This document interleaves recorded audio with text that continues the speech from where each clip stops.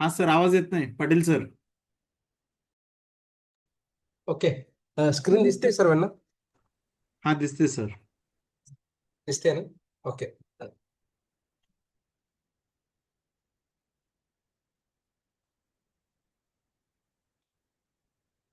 नमस्कार सर्व विद्यार्थी मित्रांनो. सॉरी, माफ करा. मी विद्यार्थी मित्र म्हटलं. सॉरी शिक्षक मित्रांनो. परंतु आपल्याला आता विद्यार्थी दशेत जायचंय, म्हणून मी विद्यार्थी मित्रांनो याने सुरुवात केली. आज आपण इथं जमलेलो आहोत अशा एका विषयाबद्दल बोलायला, की ज्याने आपल्याला पुन्हा एकदा विद्यार्थी बनवलं आहे किंवा पुन्हा आपल्याला विद्यार्थी दशेत नेऊन ठेवलेलं आहे. अभ्यास केला तर पास व्हाल, असं आपण मुलांना नेहमी सांगतो. पण आता वेळ अशी आलेली आहे की आपल्याला स्वतःलाच हेच वाक्य आरशासमोर बघून बोलावं लागणार आहे.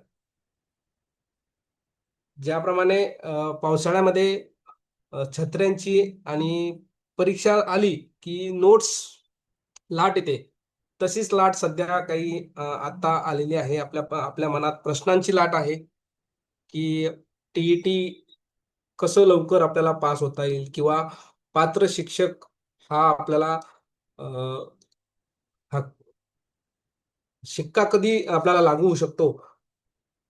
आणि त्यासाठी आपण सर्वजण आता या ठिकाणी जमलेलो आहोत. बरेचदा आपल्याला वाटतं की आम्ही रोज मुलांना शिकवतो, मग आम्हाला कसली आली ही परीक्षा. पण टीईटी सीईटीईटी कडे पाहिल्यावर कळतं की आपल्याला विचारत नाहीये की काय येतंय, मुलांच्या डोक्यात काय चाललेलं आहे हे आपल्याला कळतंय का, हे टीईटी सीईटीच्या माध्यमातून आपल्याला लक्षात येईल. ज्यावेळेस आपण टीईटी सीईटीचे जेव्हा प्रश्न सॉल्व्ह करतो, त्यावेळेस आपल्याला कितपत येते आहे हे अपेक्षित नाहीये, तर आपल्याला मुलांच्या डोक्यात काय चाललेलं आहे हे कळतंय का, याची ही खरी परीक्षा आहे.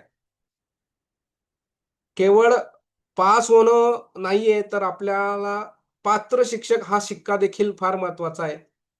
आपण टीईटी पास होऊ म्हणजे काय, तर एक पात्र शिक्षक म्हणून आपली ओळख त्या ठिकाणी नव्याने निर्माण होणार आहे.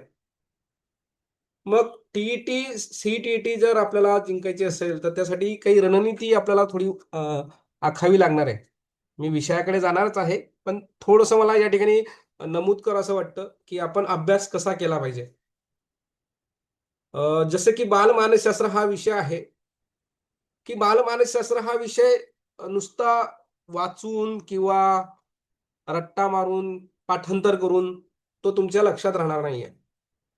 तर तो तुम्ही विद्यार्थ्याच्या भूमिकेतनं अभ्यासा, की या बालमानसशास्त्राची कितपत गरज त्या विद्यार्थ्यासाठी असते किंवा किती आवश्यक असतो. हे जेव्हा तुम्ही समजून घ्याल, त्यावेळेस तुम्हाला बालमानसशास्त्र मधल्या कन्सेप्ट लक्षात येते. त्यासोबत 150 मिनिटाचा हा खेळ आहे टीईटीचा. 150 मिनिटामध्ये आपल्याला पूर्ण प्रश्नपत्रिका वाचून योग्य उत्तर आपली त्या ठिकाणी क्लिक झाली पाहिजे. जसं की क्रिकेटमध्ये म्हणतात की ज्या क्रिकेटरचा स्ट्राईक रेट चांगला असतो तो उत्तम खेळाडू असतो, तसं टीईटी मध्ये देखील ज्या शिक्षकाचा, ज्या परीक्षार्थीचा रीडिंग रेट छान आहे किंवा उत्तम आहे, तो परीक्षार्थी सहज ही परीक्षा पास होऊ शकतो. आता गेल्या सीईटीटी मध्ये बऱ्याच शिक्षकांना असा अनुभव आला की त्यांना अक्षरशः पेपर वाचून सुद्धा झाला नाही पूर्ण. शेवटचे 30 प्रश्न, काही विषयांचे एक एक विषय राहिले, काहींचे 10 राहिले, काहींचे 20 प्रश्न राहिले. तर हे कशामुळे, तर रीडिंग रेट जो होता ना, तो कमी होता. त्यामुळे कमी वेळेत जास्तीत जास्त कसं वाचन करता येईल, याचा सराव देखील आपण या टीईटीच्या माध्यमातून केला पाहिजे. निगेटिव्ह मार्किंग या परीक्षेला नाहीये, म्हणून जय बजरंगबली म्हणण्यापेक्षा लॉजिक वापरून उत्तर क्लिक करा. 4 पर्याय असतील, 4 पर्यायापैकी 2 पर्याय कोणते जे असू शकत नाही त्यांना सरळ तुम्ही खोडा, आणि जे 2 पर्यायांमध्ये तुम्हाला कन्फ्युजन आहे, त्या 2 पर्यायांमध्ये तुम्ही लॉजिक लावा आणि सहज तुम्ही टीईटी त्या ठिकाणी पात्र होऊ शकतात. सर्वात महत्त्वाचं, टीईटीसाठी अनेक नोट्स बाजारात मिळतील, अनेक पुस्तकं बाजारात मिळतील. तर त्या सगळ्या नोट्स, सगळ्या पुस्तकं गोळा करत बसू नका.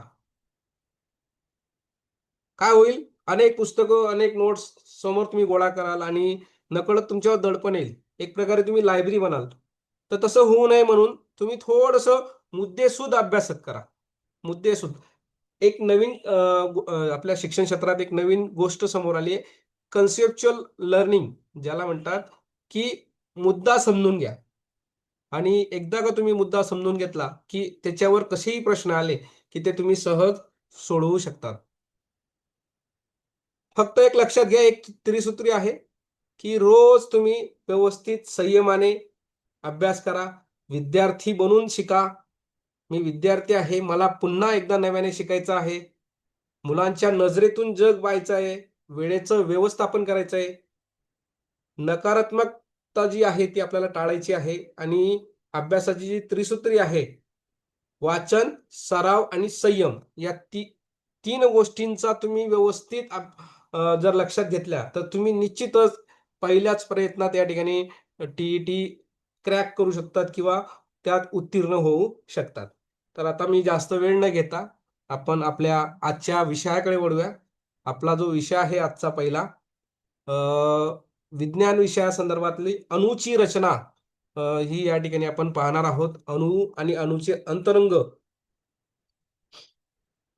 नेमकं काय आहे? कारण गेल्या टी-ई-टीमध्ये 1 ते 5 साठी सुद्धा अणूवर 2 प्रश्न होती आणि 6 ते 8 मध्ये सुद्धा अणूवर 2 प्रश्न होती. त्यातला एक प्रश्न कॅन्सल देखील झाला होता. पुन्हा त्याचे मार्क्स पकडण्यात आले होते. तर असा गोंधळ होऊ नये म्हणून खूप महत्त्वाचा प्रश्न आहे. ज्यांना रसायनशास्त्र, केमिस्ट्री जर आपल्याला अभ्यासायची असेल, तर सुरुवातीला अणूचा अभ्यास होणं फार गरजेचं आहे. जर तुमचा अणू अणू ही संकल्पना जर तुम्ही व्यवस्थित समजून घेतली, की मग रसायनशास्त्रातल्या पुढे होणाऱ्या ज्या काही रासायनिक अभिक्रिया असतील, काही गुणधर्म असतील, रसायनशास्त्राशी निगडीत सगळ्या गोष्टी तुम्ही सहज समजून घेऊ शकतात. म्हणून अणू समजून घेणं फार महत्वाचं आहे. अणूचं अंतरंग काय असतं, ते समजून घेणं फार महत्वाचं असतं. तर आता आपण अणूचे अंतरंग काय आहे, की द्रव्याच्या सर्वात लहान घटकाचा हा वेदक प्रवास आहे. तो कसा होतो किंवा कसा आहे, तो आपण आता पुढच्या काही वेळांमध्ये समजून घेणार आहोत. हे जे संपूर्ण जग आहे, हे संपूर्ण विश्वाचा जो पाया आहे, हा द्रव्य आणि अणूंपासून बनलेला आहे. आता द्रव्य म्हणजे काय? तर ज्याला स्वतःला वस्तुमान आहे किंवा जे स्वतःचे जागा व्यापते, अशी गोष्ट म्हणजे द्रव्य होय. आणि हे द्रव्य जे आहे ते अणूंपासून बनलेलं असतं किंवा रेणूंपासून बनलेलं असतं. द्रव्य हे रेणूंचं बनलेलं असतं. रेणू हे अणूंपासून बनलेले असतात. म्हणजेच अणू हे द्रव्याचे सर्वात लहान एकक आहे. सर्व भौतिक व रासायनिक बदलांमध्ये आपली रासायनिक ओळख कायम राखणारा मूलद्रव्याचा लहानात लहान कण म्हणजे अणू होय. आता हा अणूचा जर प्रवास पाहिला, तर अणूचे सर्वात महत्त्वाचा गुणधर्म आपल्याला म्हणता येईल, की एखाद्या पदार्थाला रासायनिक गुणधर्म देण्याचं काम हे अणू त्या ठिकाणी करत असतो. रासायनिक ओळख कायम राखणारा जो द्रव्याचा सर्वात लहान कण आहे, तो म्हणजे अणू आहे. बऱ्याचदा पदार्थाचे लहान-लहान कण, रेणू असतात. काही थोड्या पदार्थांच्या रेणूमध्ये एकच अणू असतो. रेणू हे अणूंच्या रासायनिक संयोगाने तयार होतात. रासायनिक संयोगात भाग घेणारा मूलद्रव्याचा लहानात लहान कण म्हणजे अणू होय. अणुविषयी संकल्पना ही 2500 वर्षापासून जुनी आहे. पण काळाच्या ओघात ती विस्मृतीत गेलेली आहे म्हणायला हरकत नाही. आधुनिक काळात वैज्ञानिकांनी प्रयोगाच्या आधारे अणूचे स्वरूपच नव्हे तर अंतरंग देखील स्पष्ट केलेले आहे. तर आता हा अणूचा प्रवास कसा झाला ते आपण थोडक्यात या ठिकाणी पाहूया. मी माझ्या या सत्रामध्ये तुम्हाला परीक्षेच्या अनुषंगाने फक्त मुद्देसूद ज्या गोष्टी विचारल्या जाऊ शकतात, त्याचा समावेश या ठिकाणी केलेला आहे. तसा पाहायला गेला तर अणूचा प्रवास हा फार खूप मोठा आहे. याची खरी सुरुवात होते डाल्टनच्या अणुसिद्धांतापासून. आपण अ, वाचलंही असेल किंवा 6वी-7वी 8वीला म्हणा, डाल्टनचा अणुसिद्धांताबाबत देखील उल्लेख त्या ठिकाणी आपल्याला आढळून येतो.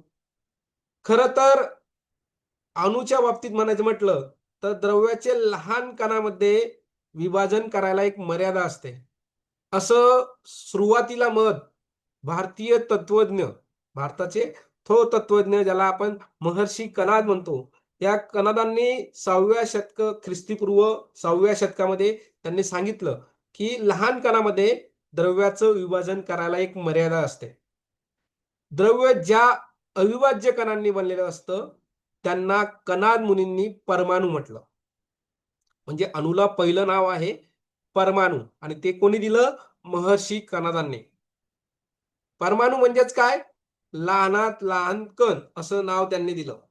आणि त्यांनी असंही मत मांडलं की परमाणू अनाशवंत असतो, नष्ट होऊ शकत नाही. यानंतर मग डेमोक्रेटिस्ट 5वे शतक ख्रिस्तीपूर्व यांनी अणूला काय म्हटलं की न कापता येणारा कण म्हणजे अणू, की ज्याला आपण कापूच शकत नाही, कुठल्याही प्रकारचं विभाजन करू शकत नाही. या ग्रीक तत्ववेत्ता डेमोक्रेटिसने द्रव्य लहान कणांचं बनलेलं असतं व या कणांना कापता येत नाही. द्रव्यांच्या लहानात लहान कणाला डेमोक्रेटिक्स ॲटम असं सुद्धा नाव दिलं गेलं. ग्रीक भाषेत ॲटमॉस म्हणजे काय? तर कापता न येणारा, म्हणून त्याला ॲटम म्हटलं गेलेलं आहे. ॲटम शब्दाचा जर आपण फोड पाहिली तर ग्रीक भाषेमध्ये ॲटमॉस म्हणजे ज्याला कापता येत नाही, अविभाज्य आहे, म्हणून त्याला अणु असं नाव दिलं गेलेलं आहे. मगाशी म्हटल्याप्रमाणे प्रथमतः 2500 वर्षापूर्वी महर्षी कणादांनी अणूबद्दल प्रथमतः मत मांडलं होतं आणि मग पुढे ग्रीक तत्ववेत्ता डेमोक्रेटिक्सने देखील ॲटम बद्दल ॲटमॉस हा शब्द वापरला, ज्याचा अर्थ होतो अविभाज्य कण. थोडक्यात आधुनिक अणुसिद्धांताचा जर प्रवास पाहिला तर या 4 शास्त्रज्ञांची महत्वाची नावं ही या अणूच्या अभ्यासामध्ये त्या ठिकाणी विचारात घेतली जातात. ज्यातलं 1808 मध्ये जॉन डाल्टन यांनी अणु सिद्धांत मांडला.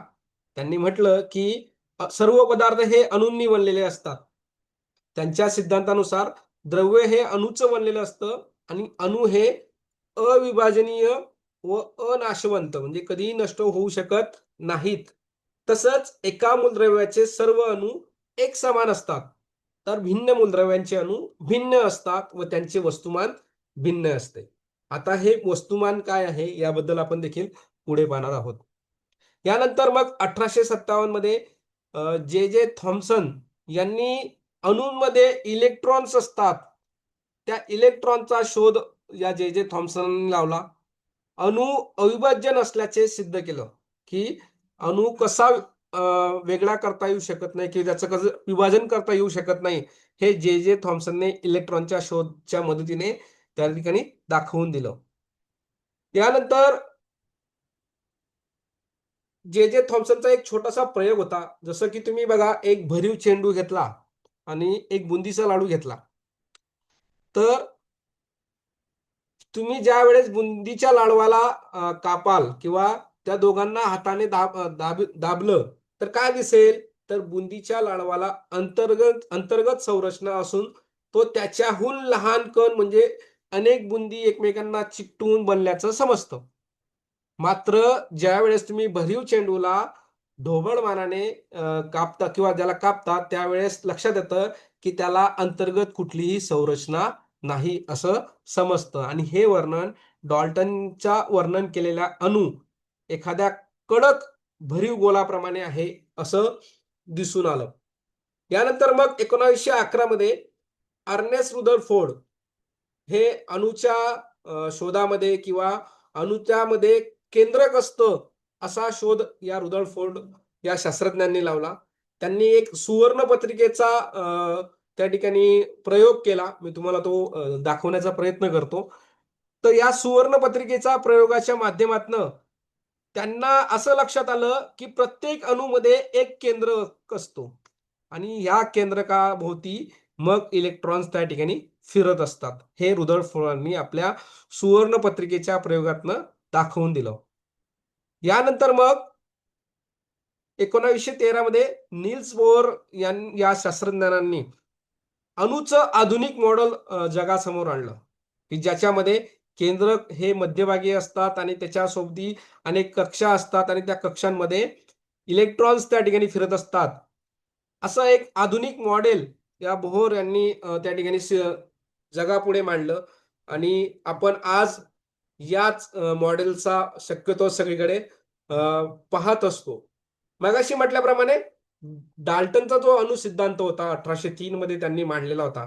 त्याच्यामध्ये त्यांनी असं सांगितलं होतं, की अणू म्हणजे काय? तर एक भरीव गोळासारखा असतो. जसा गोळा असतो ना आपला, ते एक भरीव गोळा आहे, की ज्याला विभाजन करता येऊ शकत नाही.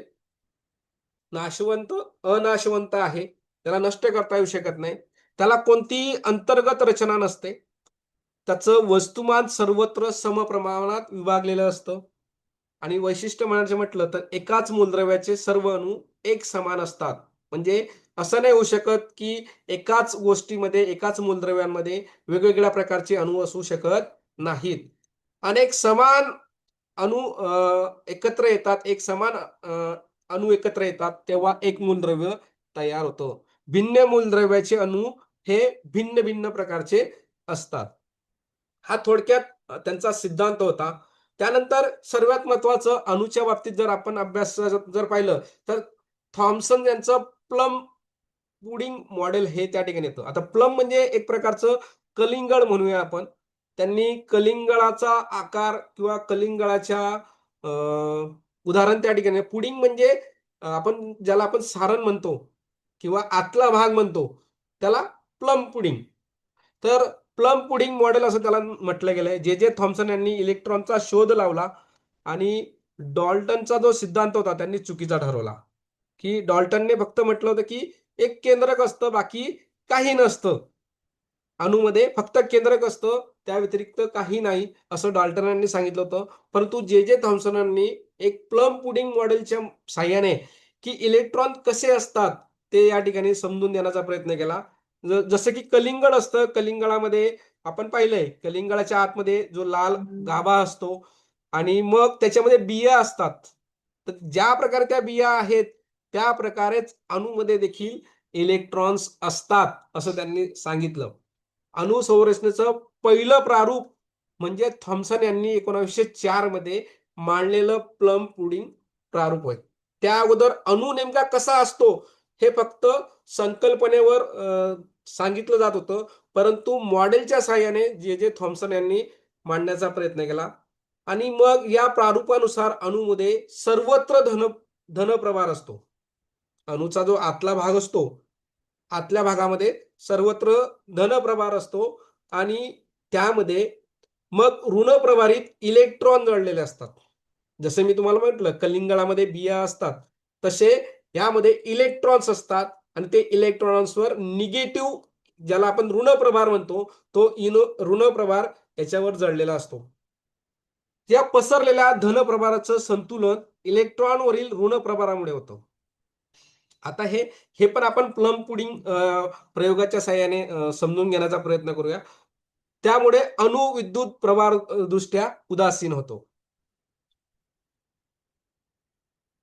म्हणजे थोडक्यात काय, तर एकूण धनप्रभार हा जो असतो, तो एकूण ऋणप्रभार त्यामुळे अणुविद्युत प्रभार दृष्ट्या उदासीन होण्यास मदत होते. हे प्लम पुडिंगच्या साहाय्याने थॉम्सन यांनी मांडण्याचा प्रयत्न केलाय. त्यानंतर मग रुदरफोर्ड आपण मगाशी पाहिलं, की रुदरफोर्ड जे आहेत, अर्नेस्ट रुदरफोर्ड यांनी सांगितलं, की केंद्रक अणूच्या ठिकाणी केंद्रकाचा शोध त्यांनी लावला.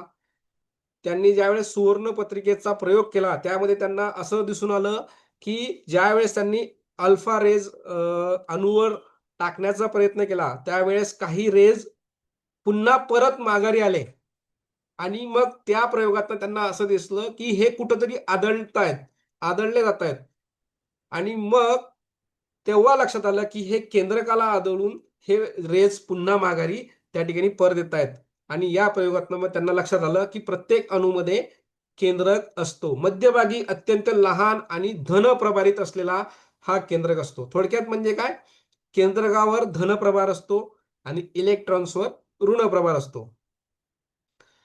अणूचं जवळजवळ सर्व वस्तुमान याच केंद्रकात एकवटलेलं असतं, किंवा थोडक्यात म्हणायचं म्हटलं, अणूचं वस्तुमान हे त्याच्या केंद्रावर अवलंबून असतं. केंद्रकामध्ये असलेले घटक यावर अणूचं वस्तुमान ठरतं. शिवाय केंद्रक आणि आजूबाजूला फिरणारे जे काही इलेक्ट्रॉन्स असतात, याच्यामध्ये मोकळी जागा आहे, हे रुदरफोर्ड यांनी आपल्या प्रयोगातनं त्या ठिकाणी सिद्ध केलं.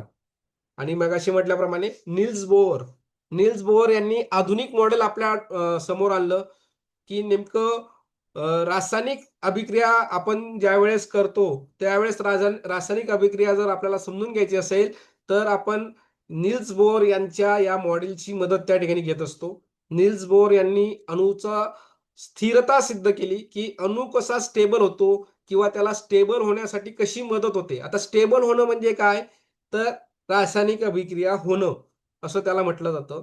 तर हे स्टेबल होणं म्हणजे काय, तर इलेक्ट्रॉनची देवाणघेवाण होते. एखाद्या दोन ज्यावेळेस रसायनं एकत्र येतात, त्यावेळेस ते स्टेबल होतात किंवा त्यातनं एक नवीन पदार्थ तयार होतो.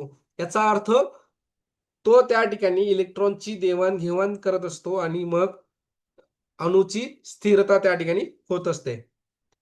इलेक्ट्रॉन केंद्रकाभोवती विशिष्ट अंतरावर स्थिर समकेंद्री वर्तुळाकार कक्षामध्ये फिरतात. प्रत्येक कक्षेची ऊर्जा निश्चित असते. आतल्या कक्षेतून जर बाहेर उडी मारताना एखादा इलेक्ट्रॉन जात असेल, म्हणजे त्या ठिकाणी रासायनिक अभिक्रिया होत असेल, तर तो ऊर्जा शोषत असतो आणि जेव्हा बाहेरच्या कक्षेतून इलेक्ट्रॉन आतल्या कक्षात येत असतो, त्यावेळेस तो अणू किंवा ते इलेक्ट्रॉन्स हे ऊर्जा उत्सर्जित करत असतात. थोडक्यात काय, अणू म्हणजे काय, तर अणू हा पदार्थाचा सर्वात सूक्ष्म घटक आहे, की जो पदार्थाचे सर्व गुणधर्म टिकवून ठेवतो. थोडक्यात मगाशी म्हटल्याप्रमाणे, की एखाद्या पदार्थामध्ये रासायनिक गुणधर्म हे जे प्राप्त होतात, तर त्यातल्या अणूवर ते डिपेंड करतो. अणूच्या मध्ये असलेले न्यूट्रॉन्स, प्रोटॉन्स किंवा न्यूक्लियस यावर त्या पदार्थाचं रासायनिक गुणधर्म त्या ठिकाणी ठरत असतात. मग ते रासायनिक असतील, मग पुढे भौतिक गुणधर्म देखील ठरवण्यासाठी अणू हा त्या ठिकाणी कारणीभूत असू शकतो. केंद्रकामध्ये अणूच्या मध्यभागी केंद्रक असतं. प्रोटॉन आणि न्यूट्रॉन या दोन घटकांचं निवासस्थान, म्हणजे हे दोघं घटक आपल्याला जर कुठं आढळतील अणूमध्ये, तर ते केंद्रकामध्ये आढळतात. आणि ज्या आजूबाजूला ज्या कक्षा असतात, त्या कक्षांमध्ये इलेक्ट्रॉन्स तिथं वेगाने फिरत असतात. वर्तुळाकार आकारामध्ये ते मार्गक्रमण करत असतात. थोडक्यात म्हटलं तर अणू म्हणजे पदार्थाचा सर्वात सूक्ष्म घटक, की जो अविभाजनीय आहे, नाशवंत आहे, की जो पदार्थाचे सर्व गुणधर्म टिकवून ठेवतो. मगाशी म्हटल्याप्रमाणे निल्स बोहर यांच्या मॉडेलच्या मदतीने सुद्धा तुम्हाला अणूचं मॉडेल इथं दाखवण्याचा प्रयत्न केलाय, की केंद्रकाभोवती फिरणारे जे काही इलेक्ट्रॉन्स आहेत, हे इलेक्ट्रॉन्सवर ऋण प्रभार असतो. ऋण प्रभारित इलेक्ट्रॉन्स असतं, की ज्याचं वस्तुमान नगण्य आहे. ज्यावेळेस अणूचं वस्तुमान काढलं जातं, त्यावेळेस इलेक्ट्रॉन्स विचारात घेतले जात नाही. परंतु ज्यावेळेस अणूचं वस्तुमान काढायचं असेल, त्यावेळेस केंद्रक न्यूक्लियस हा विचारात घेतला जातो. कारण अणूच्या मध्यभागी स्थित असलेले जे काही घटक आहेत, ज्याच्यामध्ये प्रोटॉन्स आणि न्यूट्रॉन्स. प्रोटॉन्सवर धन प्रभार असतो, न्यूट्रॉन्सवर कुठलाही प्रभार नसतो. प्रभार विरहित ते न्यूट्रॉन्स असतात आणि याच्यावरनच अणूचं सर्व वस्तुमान इथे एकवटलेलं असतं. थोडक्यात आपल्याला जर अणूचं वस्तुमान जे आहे, ते कोणत्या घटकावरनं ठरतं, तर न्यूक्लियसवरनं अणूचं वस्तुमान त्या ठिकाणी ठरत असतं. ही आधुनिक रचना आहे, जी मगाशी म्हटल्याप्रमाणे, की केंद्रकामध्ये प्रोटॉन्स आणि न्यूट्रॉन्स असतात आणि आजूबाजूला ज्या कक्षा असतात, त्या कक्षांमध्ये इलेक्ट्रॉन्स फिरत असतात. आता या कक्षांमध्ये किती इलेक्ट्रॉन्स फिरतात, याची देखील एक गंमत आहे. ते आपण थोडं पुढे बघूया. थोडक्यात आतापर्यंत जे आपण पाहिलं, त्याचा एक ॲब्स्ट्रॅक्ट आहे, की प्रोटॉनचा शोध गोल्डस्टेन या शास्त्रज्ञांनी लावलेला आहे की अणूमध्ये प्रोटॉन असतात हे गोल्डस्टेनने सिद्ध केलेलं आहे की ज्याच्यावर धनप्रभार असतो आणि ज्याचं वस्तुमान 1.66 इंटू 10⁻⁻27 म्हणजे 10⁻⁻27 केजी किंवा ज्याला कुलम असं सुद्धा म्हटलं जातं, एवढं त्याचं वस्तुमान असतं एका प्रोटॉनचं. आणि न्यूट्रॉनचा शोध हा चॅडविक या शास्त्रज्ञांनी लावलाय. त्यांनी असं सांगितलं की त्यावर कुठलाही प्रभार नसतो, उदासीन ते त्या ठिकाणी आपल्याला आढळतं. थोडक्यात काय तर वस्तुमान त्याचं देखील 1.66 मल्टिप्लाय बाय 10⁻⁻27 केजी म्हणजे प्रोटॉन एवढंच न्यूट्रॉनचं वजन असतं. आपल्याला फक्त शास्त्रज्ञ थोडं लक्षात घ्या या ठिकाणी. अणूच्या आतमध्ये मगाशी सांगितल्याप्रमाणे प्रोटॉन असतात की ज्याच्यावर धनप्रभार असतो आणि न्यूट्रॉन असतात की जो तटस्थ असतो, कुठलाही प्रभार त्याच्यावर नसतो. सर्वात महत्वाचं प्रोटॉनची संख्या ही जेवढी असते त्यावरच त्याचा अणुक्रमांक हा ठरत असतो. आता अणुक्रमांक हा देखील आपण पाहणार आहोत की नेमका अणुक्रमांक कुठं विचारात घेतला जातो, त्यावर देखील आपण पुढे पाहूया. इलेक्ट्रॉन्स जे असतात हे मगाशी सांगितल्याप्रमाणे जे जे थॉम्सन्स यांनी आपल्या प्रयोगातनं अणूमध्ये इलेक्ट्रॉन्स असतात हे सिद्ध केलेलं आहे की ज्याच्यावर ऋण प्रभार असतो आणि ज्याचं वजन नगण्य असतं. -1.6 इंटू 10⁻⁻19 म्हणजे -1.6 गुणिले 10⁻⁻19 किंवा कुलम ज्याला म्हटलं जातं, सी फॉर कुलम. याचं वजन टोटली नगण्य असतं. त्यामुळे इलेक्ट्रॉनचं वस्तुमान हे प्रोटॉनच्या तुलनेत अतिशय कमी असल्यामुळं अणूच्या वस्तुमान मोजताना इलेक्ट्रॉनचं वजन वगळलं जातं किंवा त्या ठिकाणी ग्राह्य धरलं जात नाही. थोडक्यात अणूचं वस्तुमान हे प्रोटॉन आणि न्यूट्रॉन या दोन घटकावरच अवलंबून असतं. अणूच्या सर्व बाहेरच्या कक्षांमध्ये इलेक्ट्रॉन्स असतात की ज्याच्यावर ऋण प्रभार असतो, वस्तुमान अतिशय कमी असतं, केंद्रकाभोवती ठराविक कक्षेमध्ये ते फिरत असतात आणि याचं सर्वात महत्वाचं की रासायनिक अभिक्रियेमध्ये थेट सहभाग घेतात. म्हणजे एखादा दोन रसायनांची ज्यावेळेस रासायनिक अभिक्रिया होत असते त्यावेळेस हे इलेक्ट्रॉन्सच त्या ठिकाणी नवीन पदार्थ किंवा पदार्थाचे गुणधर्म बदलण्यासाठी मदत करत असतात. या इलेक्ट्रॉन्समुळेच एखादा नवीन पदार्थ तयार होतो. नवीन पदार्थामध्ये नवीन गुणधर्म तयार होतात. जसं उदाहरणार्थ जर म्हणायचं म्हटलं, सोडियम आणि क्लोराईड हे दोन वेगवेगळे पदार्थ आहेत. ज्या वेळेस सोडियम आणि क्लोराईड एकत्र येतात त्यावेळेस सोडियम क्लोराईड हे तयार होतं, जसं की ज्याला आपण मीठ म्हणतो. मग तसा पाहिला तर नुसता सोडियम हा फार ज्वलनशील आहे, बरोबर आहे का नाही? परंतु ज्या वेळेस तो क्लोरीन सोबत रिॲक्शन करतो, रासायनिक अभिक्रिया करतो, त्यावेळेस मग मिठासारखा पदार्थ तयार होतो. ज्याच्यात जी सोडियमची ज्वलनशीलता असते ती त्या ठिकाणी कमी होते क्लोरीनमुळं. तर हे का होतं? तर हे इलेक्ट्रॉनची देवाणघेवाण त्या ठिकाणी होत असते आणि त्यामुळे ते स्टेबल होतात. स्टेबल म्हणजे स्थिर होतात आणि हे स्थिरता त्या नवीन पदार्थाचे गुणधर्म ठरवत असतात. थोडक्यात आतापर्यंत जे आपण पाहिलं ते थोडक्यात पुन्हा एकदा रिवाइज करून घेऊया की अणूच्या केंद्रकामध्ये प्रोटॉन आणि न्यूट्रॉन्स असतात. प्रोटॉनवर धन विद्युत प्रभार असतो, ज्याचं वजन साधारण 1 AMU अरिथमॅटिक मॅटिकली युनिट ज्याला आपण म्हणूया.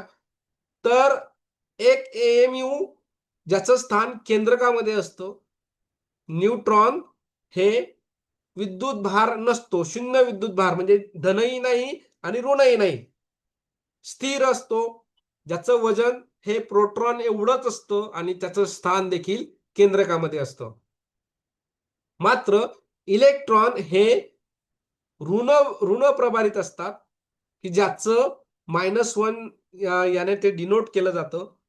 वस्तुमान अत्यल्प असतं. प्रोटॉन आणि न्यूट्रॉनच्या तुलनेने खूप कमी वस्तुमान इलेक्ट्रॉनचं असतं. परंतु याचं स्थान केंद्रकामध्ये नसून बाजूला फिरणाऱ्या कक्षेमध्ये या इलेक्ट्रॉनचं स्थान त्या ठिकाणी असतं. मगाशी म्हटल्याप्रमाणे की कोणत्या शास्त्रज्ञाने कोणता घटक शोधलेला आहे अणूबद्दल? आता बघा, पाहायला गेला तर अणू खूप छोटा घटक आहे, परंतु अणूबाबत देखील काही महत्वाची नावं आहेत, की शास्त्रज्ञांची नावं आहेत, की जी आपल्याला लक्षात ठेवली पाहिजेत. इलेक्ट्रॉन. इलेक्ट्रॉनचा शोध जे जे थॉम्सन यांनी लावला, की त्यांनी असं सांगितलं, की इलेक्ट्रॉन्स हे ऋण प्रभारित असतात. त्यासोबत प्रोटॉन आहेत. प्रोटॉनचा शोध हा गोल्डस्टेन यांनी लावला. यांनी सांगितलं, की प्रोटॉनवर धनप्रभार असतो. त्यासोबत जेम्स चॅडविक यांनी न्यूट्रॉनचा शोध लावला. आपल्या शोधातून त्यांनी सांगितलं, की न्यूट्रॉनवर कुठलाही प्रभार नसतो, प्रभार रहित न्यूट्रॉन असतात. केंद्रकाचा शोध अर्नेस्ट रुदरफोर्ड यांनी सुवर्ण पत्रिकेच्या माध्यमातनं त्या प्रयोगातनं अणूमध्ये केंद्रक असतं हे दाखवून दिलं, की ज्याच्यामध्ये या केंद्रकामध्येच या अणूचं वस्तुमान आणि धनप्रभार असतो हे त्यांच्या प्रयोगातनं लक्षात येतं. अणूची स्थिरता म्हणजे अणू कसा स्टेबल होतो किंवा त्याला स्टेबल होण्यास कशी मदत होते हे नील्स बोर यांच्या आधुनिक मॉडेलच्या माध्यमातून आपल्याला लक्षात येतं. विशिष्ट ऊर्जेच्या ह्या कक्षा असतात, की ज्यातनं ऊर्जा दिली जाते, शोषली जाते किंवा उत्सर्जित केली जाते. हे नील्स बोर यांच्या प्रयोगातनं आपल्याला पाहायला मिळतं. आता ह्या कन्सेप्ट लक्षात घ्या. झेड म्हणजे काय?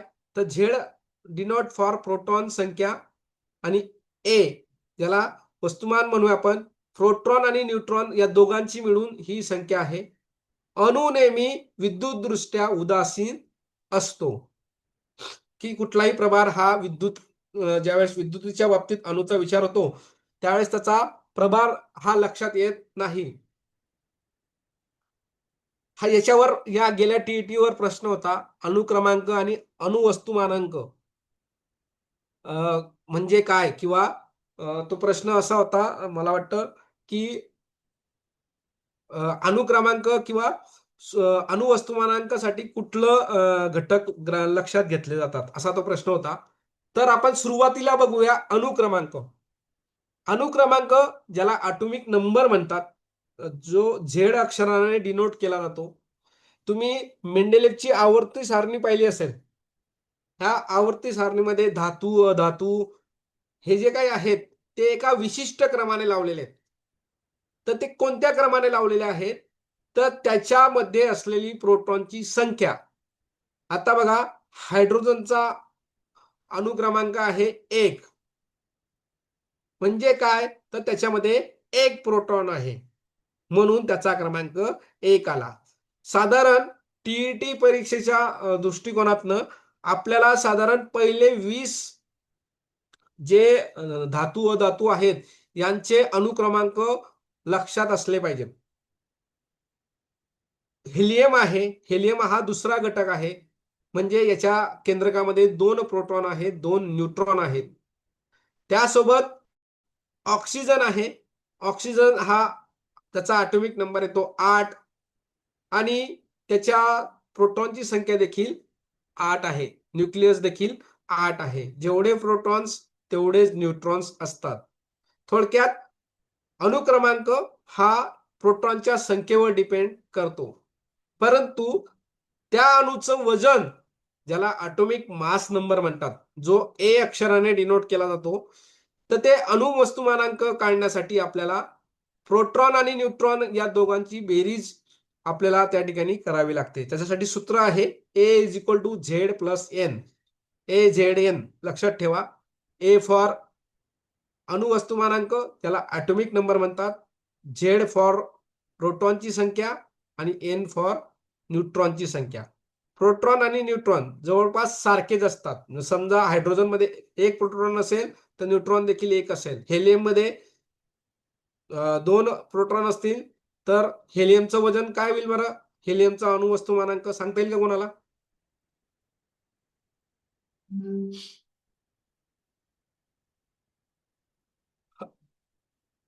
हेलियमचा अणुवस्तुमानांक सांगता येईल?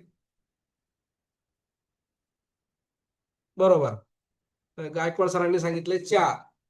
कारण हेलियममध्ये 2 प्रोटॉन आणि न्यूट्रॉन 2 न्यूट्रॉन दोघांची बेरीज केली 2 + 2 = 4 म्हणजे हेलियमचा अणुवस्तुमानांक त्या ठिकाणी आपल्याला 4 सांगता येईल. अजून थोडस सोपं समजून घेऊया. या ठिकाणी कार्बन हा एक घटक घेतलेला आहे. कार्बन ज्याचं अणुवस्तुमानांक आहे 12 आणि अणु अंक आहे 6. 6व्या क्रमांकावर हा कार्बन त्या ठिकाणी येत असतो. आता याच्यामध्ये नीट लक्षात घ्या की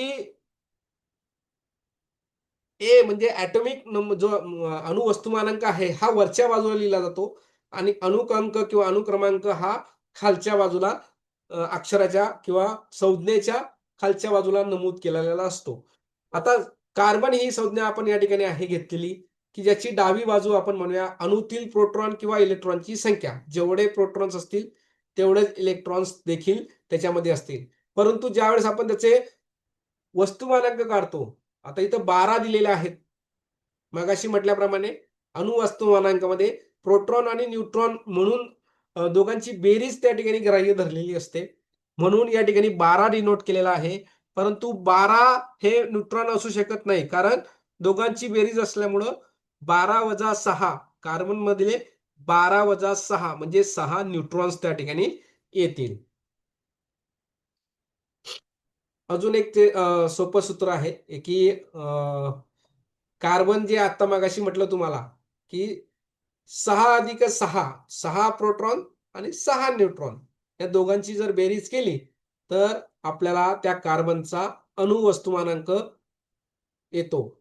थोडक्यात काय तर अणूची रचना समजल्याने आपल्याला पदार्थाचे गुणधर्म आणि रासायनिक क्रिया समजणं अत्यंत सोपं जातं. जर तुम्ही अगोदर अणू समजून घेतला की तुम्हाला सहज आता याच्या पुढे आपण पुढच्या लेक्चर्समध्ये काही नवीन रासायनिक क्रिया किंवा रासायनिक घटक आपण पाहणार आहोत. त्या तुम्हाला लवकर समजतील की एखादा पदार्थ त्याचे गुणधर्म काय आहेत, ते गुणधर्म तुम्हाला कशामुळे प्राप्त झालेत हे त्या अणूच्या संरचनेमुळे लक्षात येतं. थोडक्यात हे सूत्र आपण जे मगाशी पाहिलं होतं ते सूत्र या ठिकाणी सिम्बॉलिक या ठिकाणी देण्याचा प्रयत्न केलेला आहे. आता जाऊया पुढे आपण इलेक्ट्रॉनकडे. आता हे इलेक्ट्रॉन्स की कोणत्या कक्षेमध्ये ज्या साधारण अणूच्या 4 कक्षा आहेत, 4 कवच म्हणूया आपण. कोणत्या कक्षेमध्ये किती इलेक्ट्रॉन्स राहू शकतात याचं एक गणित आहे. ते गणित आपण थोडं समजून घेऊया. जसं की बघा केंद्रक सोडल्यानंतर जी पहिली कक्षा येते या पहिल्या कक्षेमध्ये 2च इलेक्ट्रॉन्स स्टेबल राहू शकतात. तिसरा इलेक्ट्रॉन्स त्या ठिकाणी येऊ शकत नाही किंवा त्या ठिकाणी प्रवेश करू शकत नाही, कारण ती कक्षा फक्त 2 इलेक्ट्रॉन फिरण्यापुरतीच ती त्या ठिकाणी असते. दुसरी जी कक्षा असते या दुसऱ्या कक्षेमध्ये 8 इलेक्ट्रॉन्स असतात. जर स्टेबल व्हायचं असेल तर त्या कक्षेत 8 इलेक्ट्रॉन्स असणं गरजेचं आहे. जर ज्यावेळेस रासायनिक क्रिया घडते त्यावेळेस या इलेक्ट्रॉनची देवाणघेवाण होते आणि या इलेक्ट्रॉनच्या देवाणघेवाणमुळेच तो पदार्थ त्या ठिकाणी स्टेबल होण्यास मदत होत असते. तिसरी कक्षा जिला यम म्हटली जाते तिच्यामध्ये साधारण 18 इलेक्ट्रॉन्स असतात आणि चौथी जी कक्षा असते की जी साधारण जिला एन म्हटलं जातं तिच्यामध्ये 32 इलेक्ट्रॉन्स असतात. बघा, पहिल्या कक्षेला के, दुसरी कक्षा एल, तिसरी कक्षा एम आणि चौथी कक्षा एन. के, एल, एम, एन हा एक आपण सिक्वेन्स लक्षात ठेवूया. सोपा आहे. याचं एक सूत्र आहे की कोणत्याही कक्षेत जास्तीत जास्त किती इलेक्ट्रॉन बसू शकतात हे 2n² या सूत्राने ठरतं.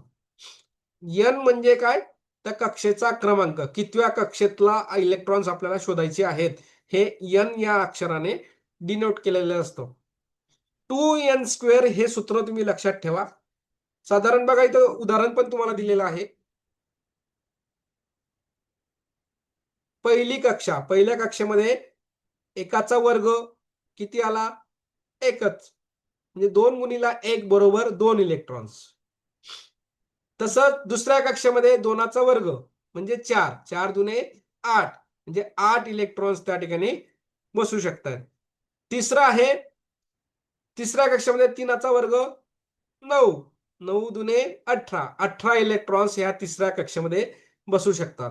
आणि चौथी कक्षा म्हणजे 2 गुणिले 4चा वर्ग, 4चा वर्ग म्हणजे 16, 16 दुने 32, 32 इलेक्ट्रॉन्स हे बरोबर चौथ्या कक्षेमध्ये येऊ शकतात. तर हे सिक्वेन्स तुम्ही लक्षात घ्या. आता ही सिक्वेन्स का लक्षात घेणं गरजेचं आहे? साधारण असे काही प्रश्न विचारले जातात, की या अणूच्या तिसऱ्या कक्षेत किती इलेक्ट्रॉन येऊ शकतात? किंवा एखादा संज्ञा दिली जाईल, त्या संज्ञेच्या अनुषंगाने तुम्हाला चौथ्या कक्षेमध्ये किती इलेक्ट्रॉन्स येतील, दुसऱ्या कक्षेत किती इलेक्ट्रॉन्स येतील. कारण टीईटी परीक्षा ही जी आहे, ही पाठांतर करून किंवा एक वस्तुनिष्ठ प्रश्नांवर ती अवलंबून नसते. तुम्हाला जे येतं आहे त्याचं उपयोजन कसं होतंय हे टीईटीच्या परीक्षेमध्ये पाहिलं जातं. त्यामुळे हे कन्सेप्ट जर आपली क्लिअर असेल, की कोणत्या कक्षेत किती इलेक्ट्रॉन्स असू शकतात, याच्यावरनं आपण कोणत्याही संज्ञेचे किंवा कोणत्याही धातूचे किंवा अधातूचे म्हणा, आपण प्रत्येक कक्षेमध्ये फिरणारे अणू, इलेक्ट्रॉन्स हे आपण त्या ठिकाणी शोधू शकतो. पुढचं आहे इलेक्ट्रॉनिक कॉन्फिगरेशन. ही फार महत्वाची कन्सेप्ट आहे आणि खूप सोपी आहे. ही एकदा समजली ना, की तुम्हाला अणू समजला म्हणजे लक्षात घ्या. जसं की बघा, उदाहरण दिलंय पहिलं हायड्रोजन. हायड्रोजनची संज्ञा काय आहे? 1. अणु क्रमांक त्याचा 1 आहे. म्हणून त्याचं इलेक्ट्रॉनिक कॉन्फिगरेशन पण देखील 1 आहे. मग जेवढे प्रोटॉन्स तेवढेच इलेक्ट्रॉन्स त्या ठिकाणी आलेले आहेत. म्हणून पहिल्या कक्षेमध्ये एकच इलेक्ट्रॉन्स आला. दुसरं उदाहरण दिलंय कार्बनचं. कार्बनचा त्या ठिकाणी प्रोटॉन्स किती असतात कार्बनमध्ये? 6. मग आता हे 6 ची फोड अशी केलेली आहे, मगाशी म्हटल्याप्रमाणे पहिल्या कक्षेत 2च राहू शकतात. म्हणून पहिल्या कक्षेत 2 दाखवलेले आहेत. दुसऱ्या उरलेले जे 4 आहेत ते दुसऱ्या कक्षेमध्ये त्या ठिकाणी येतात. आणि एक उदाहरण अजून थोडं स्पष्टीकरणासाठी ब्रोमिनचं उदाहरण दिलं गेलेलं आहे. ब्रोमिन हा देखील एक धातू आहे. त्याच्यामध्ये साधारण त्याचा जो प्रोटॉन्स आहेत ते किती असतात? 35. आता हे 35 इलेक्ट्रॉन्स कसे त्याची विभागणी कशी केली गेली आहे? जसं की आपण मगाशी पाहिलं, की पहिल्या कक्षेत 2 असतात म्हणून पहिल्या ह्याच्यात 2. दुसऱ्या कक्षेत 8. तिसऱ्या कक्षेत साधारण किती येतात? 18. 2, 8, 18. बरोबर त्याप्रमाणे 2, 8, 18. आता इथं पहिल्या कक्षेत तिसरा येऊ शकत नाही किंवा दुसऱ्या कक्षेत 9वा येऊ शकत नाही. तिसऱ्या कक्षेत 19वा येऊ शकत नाही. म्हणून प्रत्येक कक्षेची मर्यादा ठरलेली आहे. त्या मर्यादेच्या पुढे जाऊन मग उरलेले जे काही इलेक्ट्रॉन्स असतात ते शेवटच्या कक्षेकडे येतात. मग आता 7 इलेक्ट्रॉन्स या ठिकाणी उरले आणि ते 7 इलेक्ट्रॉनिक मग 7व्या कक्षेमध्ये स्टेबल त्या ठिकाणी झालेले आहेत. मग ज्या वेळेस ब्रोमिनची दुसऱ्या धातू किंवा दुसऱ्या घटकाबद्दल किंवा दुसऱ्या रसायनाबद्दल ज्यावेळेस अभिक्रिया होईल, तर हे शेवटचे जे 7 इलेक्ट्रॉन्स आहेत ते 7 इलेक्ट्रॉन्स त्या ठिकाणी रासायनिक अभिक्रिया घडवण्यासाठी मदत त्या ठिकाणी करतील. मगाशी सांगितल्याप्रमाणे पुन्हा काही उदाहरणं घेतलेली आहेत. या ठिकाणी हेलियमचं देखील तसंच आहे. हेलियमचे आपण 2 पाहिले होते. म्हणून के कवचामध्येच फक्त 2 आले. उरलेल्या कक्षेमध्ये इलेक्ट्रॉन त्या ठिकाणी आले नाहीत. सोडियमचं देखील तसंच आहे. सोडियमचे साधारण 11 त्या ठिकाणी प्रोटॉन्स असतात. तर या ठिकाणी पहिल्या के कक्षामध्ये 2, एल कक्षामध्ये 8 आणि तिसरी जी यम कक्षा आहे त्या यम कक्षेमध्ये फक्त एकच घटक त्या ठिकाणी आलेला आहे. आता संयुजा ही देखील एक फार महत्वाची कन्सेप्ट आहे, की अणू आपल्या बाह्यतम जे इलेक्ट्रॉन्स असतात, मगाशी मी म्हटलं की जे काही बाहेरचे इलेक्ट्रॉन असतात, जसं की इथं सोडियम मध्ये 1 उरलेला आहे, तसंच कार्बन मध्ये इथं 4 उरलेले आहेत किंवा आपण मगाशी ब्रोमिन मध्ये बघितलं होतं इथं 7 उरलेले आहेत. तर या बाहेरचे कक्षेतले जे काही इलेक्ट्रॉन्स असतात, ते इलेक्ट्रॉन वापरून एक रासायनिक बॉन्ड तयार होतो. आता या बॉन्डचे देखील प्रकार आहेत, ते पाहूया आपण पुढच्या तासाला कधी. तर हे बॉन्ड तयार करण्याला हे बाह्यतम कक्षेतले इलेक्ट्रॉन कामात येतात. स्थिर होण्यासाठी अणू जितके इलेक्ट्रॉन देतो किंवा घेतो किंवा भागीदारी करतो, ती संख्या म्हणजे त्या अणूची संयुजा होय. या संयुजे संदर्भात देखील एक उदाहरण पुढे देतो मी. बाह्यतम कक्षेतील किंवा इलेक्ट्रॉनची जी संख्या आहे, ती संख्या म्हणजे त्या संयुजा इलेक्ट्रॉन, की जे संयुजा इलेक्ट्रॉन रासायनिक बॉन्ड तयार करण्यासाठी मदत करत असतात. आता बघा, या ठिकाणी सोडियम आणि लिथियम या ठिकाणी दिलेलं आहे बघा. अणूच्या सर्वात शेवटच्या कक्षेला संयुजा कक्षा म्हणतात. संयुजा कक्षा अणूचा सर्वात शेवटचा म्हणजे शेवटची कोणती कक्षा असते? एन. एन कक्षा ही शेवटची कक्षा असते आणि या शेवटच्या कक्षेमध्ये मग शेवटच्या कक्षेला संयुजा कक्षा असं म्हटलं जातं. आता या शेवटच्या कक्षेत असणारे जे काही इलेक्ट्रॉन्स असतात, हे इलेक्ट्रॉन जे की रासायनिक बॉन्ड तयार करायला मदत करत असतात, म्हणून त्यांना संयुजा इलेक्ट्रॉन म्हणतात. लिथियम आणि सोडियम या दोघांच्या बाबतीत बघा, एक एक शेवटी उरलेला आहे. तर हा एक म्हणजे काय, तर हा संयुजा इलेक्ट्रॉन त्या ठिकाणी दिसून येतो. आता बघा, मी मगाशी तुम्हाला सांगितलं मिठाचं उदाहरण, सोडियम आणि क्लोरीनचं उदाहरण मी तुम्हाला सांगितलं. आता या ठिकाणी बघा, सोडियमचं स्वरूपण येतं 281, म्हणजे के मध्ये 2, एल मध्ये 8, एम मध्ये 1. आता हा जो एक उरलेला आहे, हा एक म्हणजे संयुजा इलेक्ट्रॉन, की जो आपल्याला रासायनिक बॉन्ड निर्मितीला मदत करणार आहे. आणि क्लोरीनचे बघा, क्लोरीनचं स्वरूपण ज्याला इलेक्ट्रॉनिक कन्फिगरेशन म्हणतो आपण, तर हे येतं 287, हा ना. तर हे 287 शेवटच्या याच्यामध्ये 7, जसं की के मध्ये 2, एल मध्ये 8 आणि एम मध्ये 7. आता या ठिकाणी हे जे 7 आहे, या ठिकाणी सोडियमकडे उरलेला जो एक आहे, तो एक इलेक्ट्रॉन क्लोरीनला देतो आणि मग क्लोरीनकडे 8 होतात. 8 इलेक्ट्रॉन्स होतात शेवटच्या कक्षेमध्ये आणि मग त्या ठिकाणी नवीन पदार्थ किंवा ती एक रासायनिक अभिक्रिया पूर्ण होते. ह्या इलेक्ट्रॉनच्या देवाणघेवाणमुळेच जो काही बंध निर्माण होतो आणि या बंधामुळेच नवीन पदार्थ किंवा नवीन गुणधर्म निर्मिती करण्यास मदत त्या ठिकाणी होत असते. अजून पुढे जाऊन थोडं बघूया आयसोटोप, ज्याला आपण समस्थानिके म्हणूया. ही फार महत्वाची आहेत.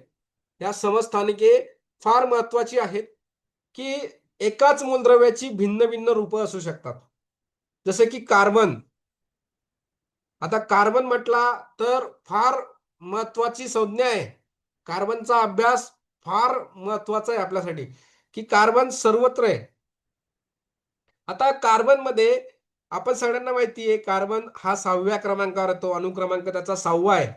परंतु त्याचं वस्तुमानांक हे वेगवेगळं असू शकतं. C12, C13, C14 हे वेगवेगळं असू शकतं. आता हे असं का होतं, तर निसर्गातील काही मूलद्रव्य जे आहेत, ज्यांचा अणुअंक समान असतो, परंतु अणुवस्तुमानांक वजन हे फार भिन्न भिन्न असतं. मग असे हे समस्थानिके का गरजेचे असतात किंवा त्यांचा आपल्याला दैनंदिन उपयोग काय आहे किंवा यांचा अभ्यास आपण का केला पाहिजे? तर सर्वात महत्वाचं, या समस्थानिकेचं जे उदाहरणं मी तुम्हाला स्क्रीनवर दिसत आहेत, त्यातलं पहिलं आहे युरेनियम 235. आता हे युरेनियम 235 काय आहे, तर अणुऊर्जा. अणुऊर्जा आपल्याला जी काही मिळते, अणूंच्या न्यूट्रॉन्सवर विशिष्ट किरणांचा मारा केला जातो आणि त्याच्यातनं ऊर्जा निर्माण होते आणि ती ऊर्जेतनं आपण वीज निर्मिती त्या ठिकाणी करत असतो. तसंच अणुबॉम्ब हे देखील युरेनियम 235च एक उदाहरण आहे. सोबत कोबाल्ट 60, कोबाल्ट 60च्या मदतीने आपण जे कॅन्सर असलेले जे काही रुग्ण असतात, त्यांच्यावर जे काही रेज वापरले जातात, त्या रेज वापरण्यासाठी आपल्याला कोबाल्ट 60 सारखे घटक कामात पडतात.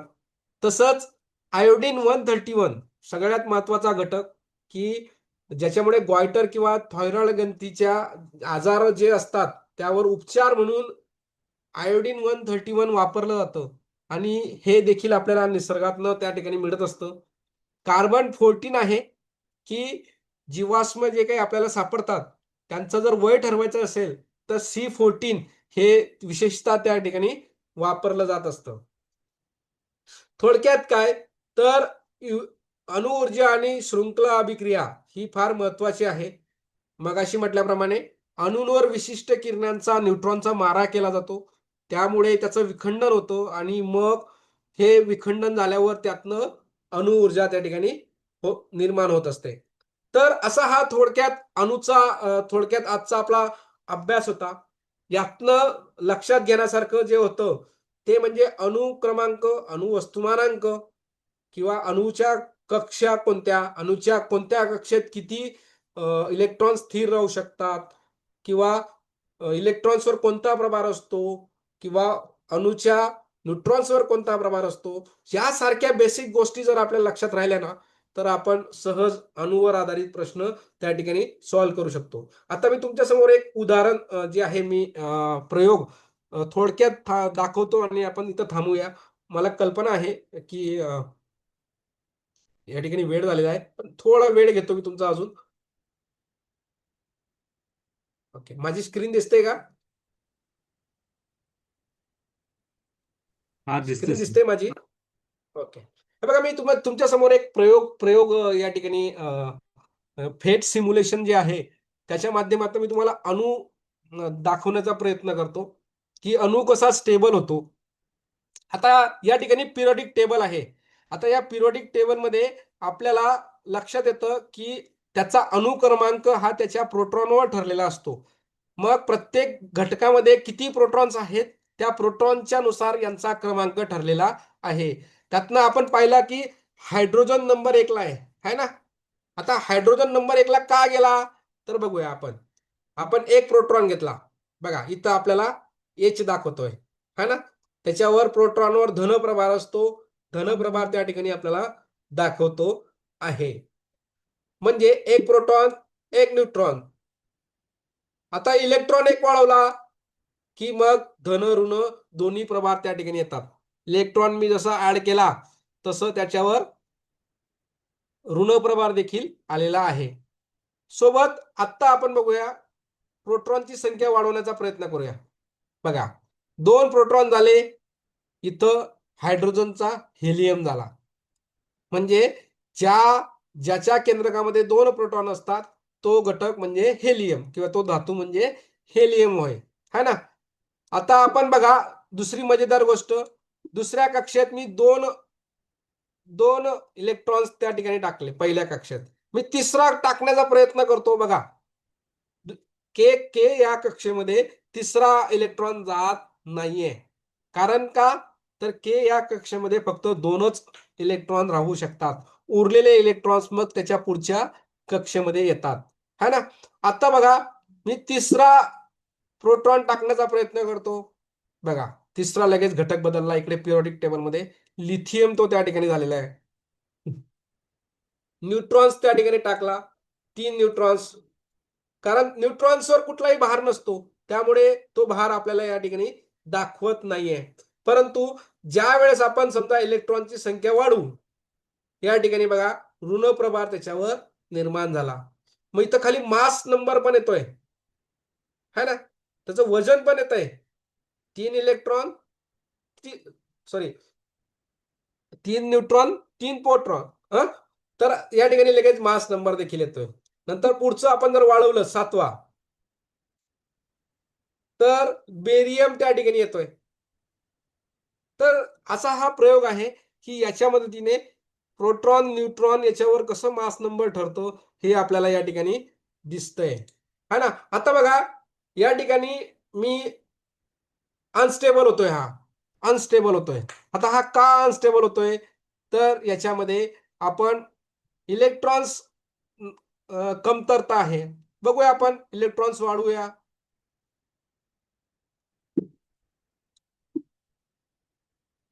प्रोटॉनची संख्या जेव्हा वाढवू याच्यावर स्टेबल होतो का बघूया.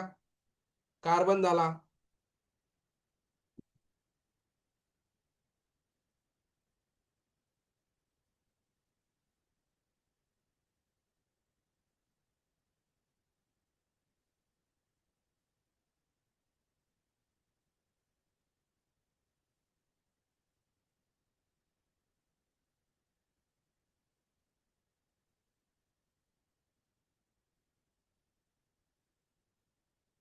आम्ही जसे जसे प्रोटॉन्स वाढवण्याचा प्रयत्न करतोय ना, तसं तसं घटक बदलत चाललेला आहे.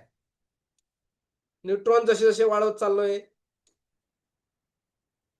स्टेबल अनस्टेबलच आहे. कारण का या ठिकाणी आता हा स्टेबल झालाय बघा, की जेवढे प्रोटॉन्स तेवढे न्यूट्रॉन्स आणि तेवढेच इलेक्ट्रॉन्स. मग अशी आपण पाहिलं होतं की प्रोटॉन आणि इलेक्ट्रॉनची संख्या जवळपास सारखीच असते, है ना.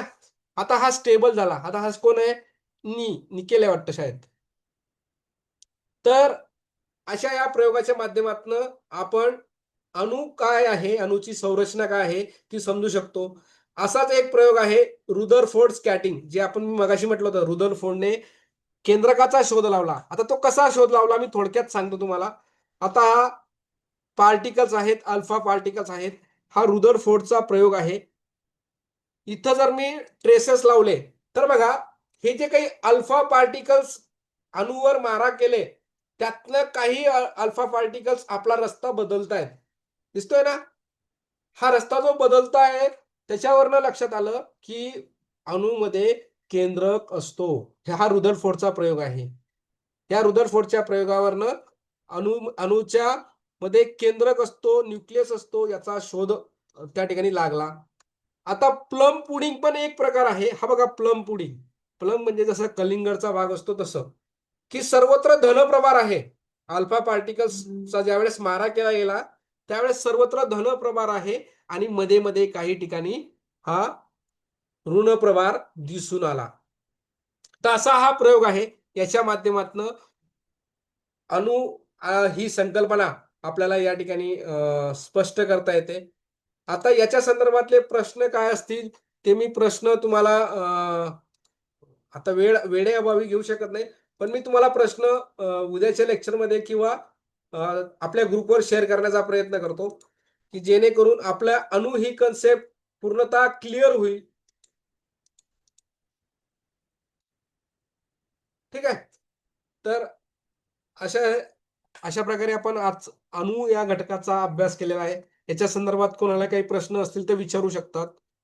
नाहीतर थांबूया. ठीक आहे.